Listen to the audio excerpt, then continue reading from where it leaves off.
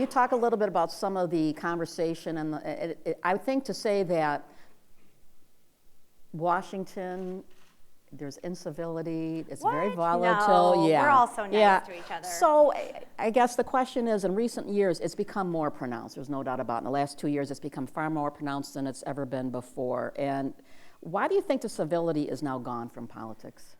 It is a difficult time. It's hard to attract people into politics when you have this incivility.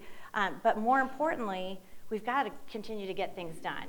You know, I always say to people, I've had bosses I didn't like in my life. I don't know if any of you have ever had that. But I've had bosses I didn't like. I've had coworkers I didn't like, but I still had a job to do. So I don't care if you don't like each other. Maybe you don't get along. But you've been sent to Washington to do the job. And we have major issues facing this country. So I do think if you're letting that incivility prevent you from accomplishing what the voters sent you to do, that's a problem. Go vote. If you have a difference of opinion, have a conversation. We do not need to be physical. We don't need to be abusive. And I think that's something that we need to course correct in this country. And it's going to take our leaders, but it takes us too. This is just a new low for our country, but it starts with us. We have to make a difference. And we can't allow it. We need to call it out on both sides of the aisle. It's just wrong, and it's going to hurt our country long term.